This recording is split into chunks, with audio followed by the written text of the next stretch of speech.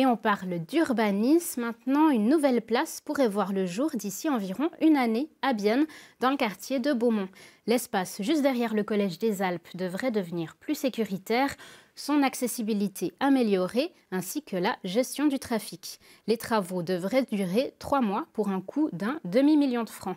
Le conseil municipal souhaite baptiser la place du nom de Anna Haller, une artiste et artisane biennoise au destin hors du commun. Roxane Flamand vous raconte. Ces tableaux fleuris, c'est la marque de fabrique d'Anna Haller, qui se cache encore dans les sous-sols du NMB. Née en 1872, elle a vécu plus de 30 ans à Bienne. Membre fondatrice de la section bernoise de la Société suisse des femmes artistes en art visuel, elle fait ses études au Technicum, en art technique. Pour baptiser cette place de la rue des Alpes, la ville de Bienne a consulté le collectif Femmes en Réseau. Anna Haller, elle a été diplômée comme première femme au Technicum de Bienne. Et puis ensuite, elle a aussi enseigné là-bas. Et puis, je trouve que c'est assez proche. Et puis, c'est aussi comme une sorte d'idole pour tous les écoliers qui vont ici à l'école. Cela fait plus de 20 ans que le collectif se bat pour que rue et place biennoises portent autant le nom de femmes que d'hommes.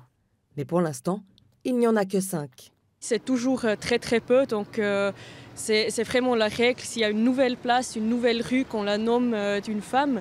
Mais on a aussi hésité, on a discuté de nommer des rues existantes déjà, de les donner un autre nom.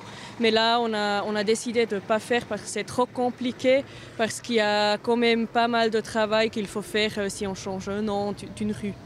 Pour la ville, les démarches administratives sont trop complexes. Pourtant, de grandes villes telles que Lausanne ou Genève ont prévu de renommer leurs rues ou élaborent même déjà ce changement.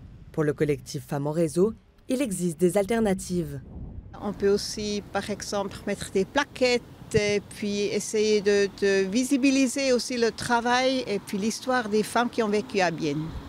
Anna Haller inspirera-t-elle les Biennois et Biennoises empruntant la place?